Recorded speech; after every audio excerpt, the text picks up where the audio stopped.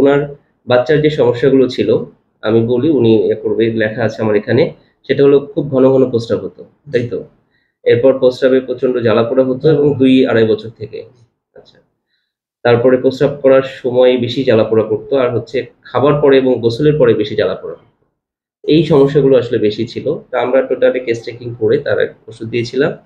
তা আলহামদুলিল্লাহ এখন কেমন আছেন? যে আপনার বাচ্চার যে খুব ঘন ঘন প্রস্রাব হতো, এখন কেমন আছে? এখন মনে করেন যে 50% আল্লাহর রহমতে ভালো হয়ে গেছে। আপনি কতদিন ওষুধ খেলেন? 2 মাসের মতো? 1.5 মাস। 1.5 মাসের মতো, মানে দ্বিতীয় ডোজ ওষুধ শেষ করলেন। 1.5 মাস। আচ্ছা, 45 দিন ওষুধ খেয়েছেন। আর জ্বালাপোড়াটা কত পার্সেন্ট আছে? জ্বালাপোড়া নেই। জ্বালাপোড়া নাই, তার মানে 100%।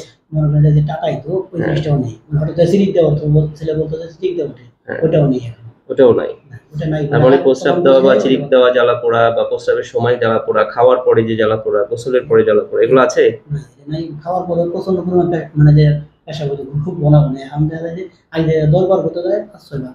আচ্ছা, কিছুটা অনেকটা নিয়ন্ত্রণে আসছে এবং জ্বালাপোড়া একেবারেই নাই।